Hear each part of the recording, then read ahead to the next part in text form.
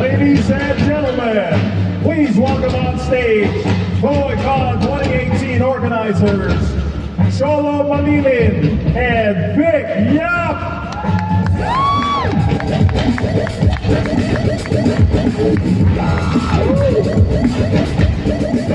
Oh yeah!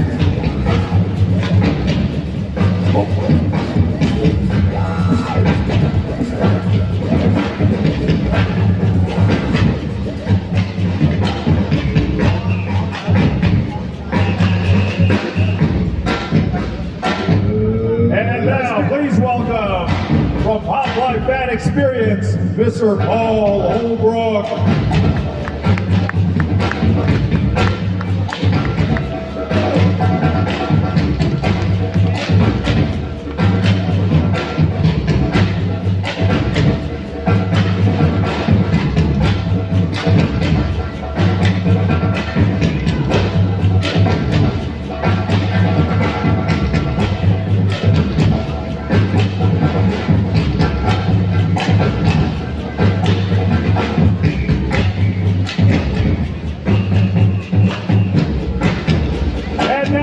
Please welcome our special guests, actor, producer, and singer, Michael Coppola.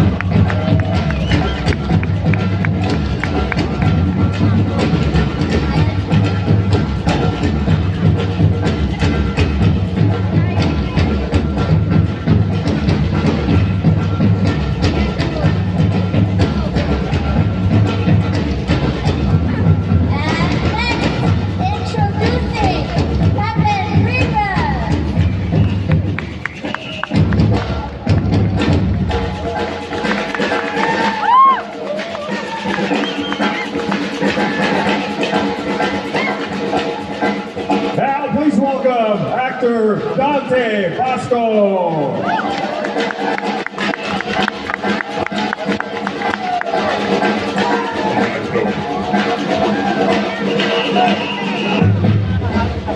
And now from X-Men 2 and the Scorpion King, actress Kelly Wu.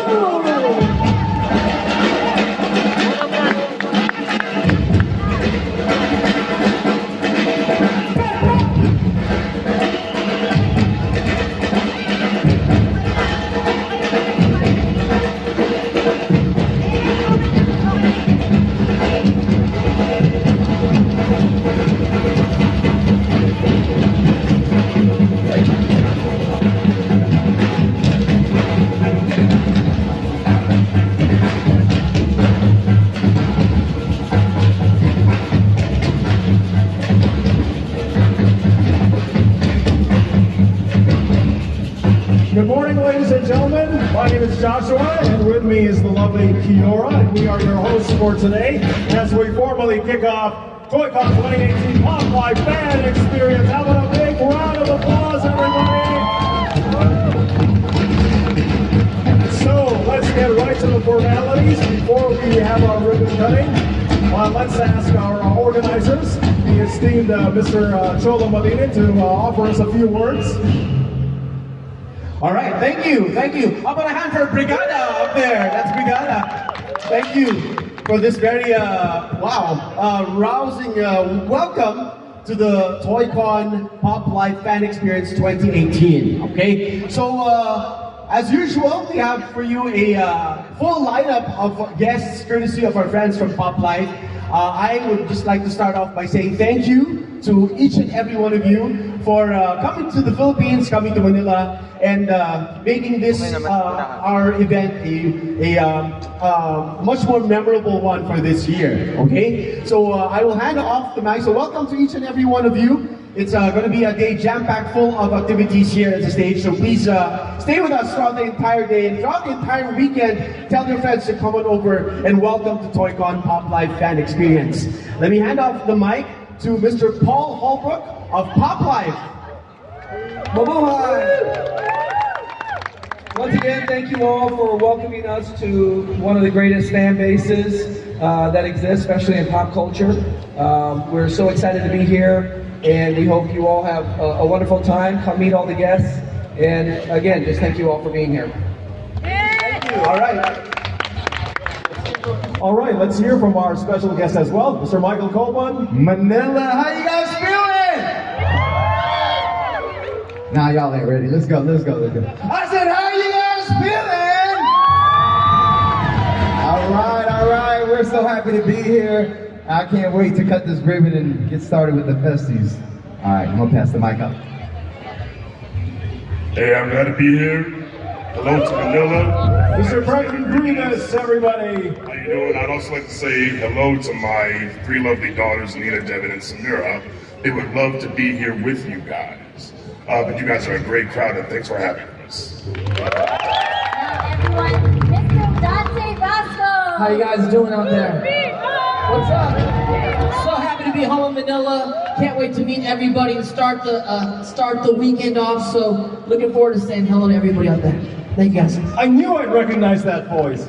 Man, woo! Miss Kelly Who, everybody. Hello, hi. So good to be here. My first time in the Philippines. Such a memorable experience. I'm so excited to start this weekend. Get it going. Thank you so much for coming out, everybody.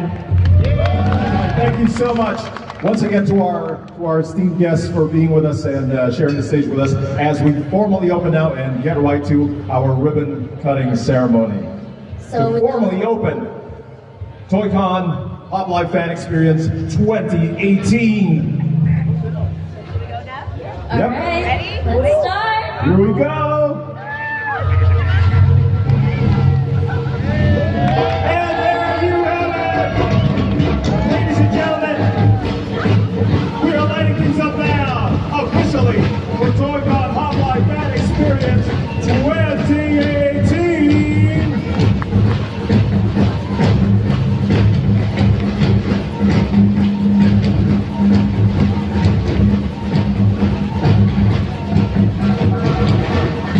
Big round of applause once again, please, for our special guests, Mr. Michael Coleman, Kelly Who, Kevin Grievous, and Dante Bosco.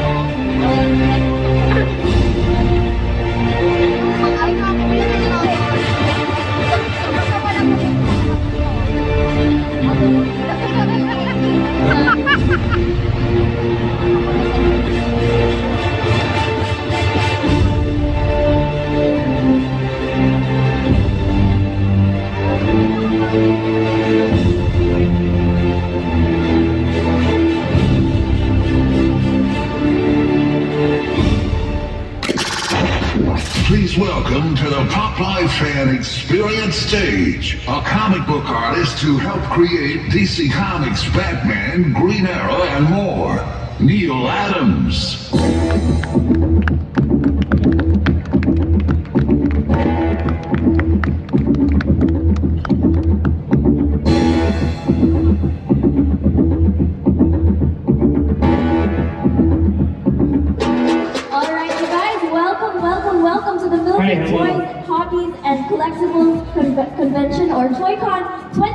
2018 Pop Life Fan Experience. I am your host, Kirssten, along with... I'm LYRA of the Dark Knight Philippines. And we will be having our stage panel with Mr. NEAL Adams! Come on, guys! Here's the legend!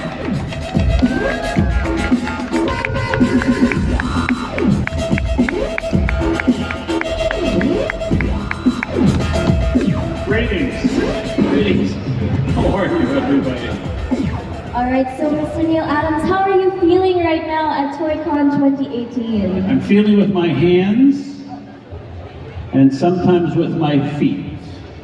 But I'm feeling fine.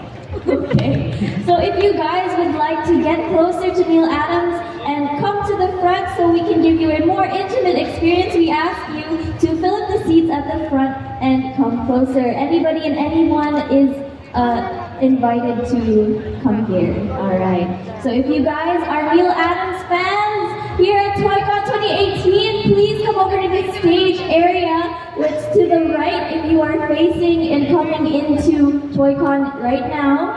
We are having our stage panel. Or if you're not a fan and you just want to hear good stories, okay.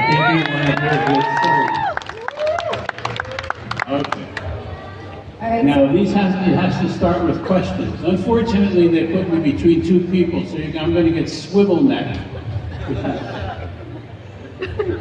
oh, I'm We're sorry. going to be doing that a lot. So I'll look at you for the most part. Okay, so to start off our panel, I would like to ask you who may be your favorite Filipino artist, if you have one. My favorite Filipino artist, my favorite Filipino person is Rudy Nebres. My favorite Filipino artist is Alex Nino. And my favorite Filipino artists, if you put an S at the end of it, is Nestor Redondo, Alfredo Alcala, so many Filipino artists. And Ernesto Infante, who died recently, and he's worked for Pasay, but really a fantastic artist. You people might like to know what I had to do with the Filipino artists coming to America and doing comic With your studio. No. Coming to America. Do you want to hear that story? So there was a time, once upon a time, long, long ago, Carmine Infantino was interested in having Filipino artists come to America and to draw American comic books. At least he thought he was. And so he sort of announced, because certain of us saw pages of samples by Tony DiZanuga and some other people. Now, we were amazed at DC Comics because the Philippine artists did not know that the pages were done large. They originally thought that they were done small, the size they were reproduced. So when we saw the first samples of pages from the Philippines, they were the size of our comic book pages, which was amazing. So we, the artists, looked at them and said in amazement, how could you draw that small? Very, very tiny. So you had Redondo and you had Tony, and we let Tony DiZanuga know that the pages, he could draw the big. Oh, well, that's easy then. So, now, Tony DiZanuga had an American wife. I forget her name. Doesn't matter. Anyway, had an American wife. So she had sort of an in at DC Comics because she was American. Blonde, American. She talked to Carmine Infantino. So Carmine came to the Philippines, he looked at some of the artist stuff, and he decided that Filipino artists might be good for DC Comics. He got back, and he gave the assignment to Dick Giordano to do the first story with Tony DiZanuga for a Western story. It's a Western, cowboy story. Somehow, somebody talked to Carmine and implied that if Philippine artists were to come to America, they might take work away from American artists. So Carmine changed his attitude. So Tony DeZanuga sent in the first comic book story. It came into Dick Giordano. He showed it immediately to me, and then he brought it to Carmine. Carmine said, "No good. Send it back. I'm not paying for it."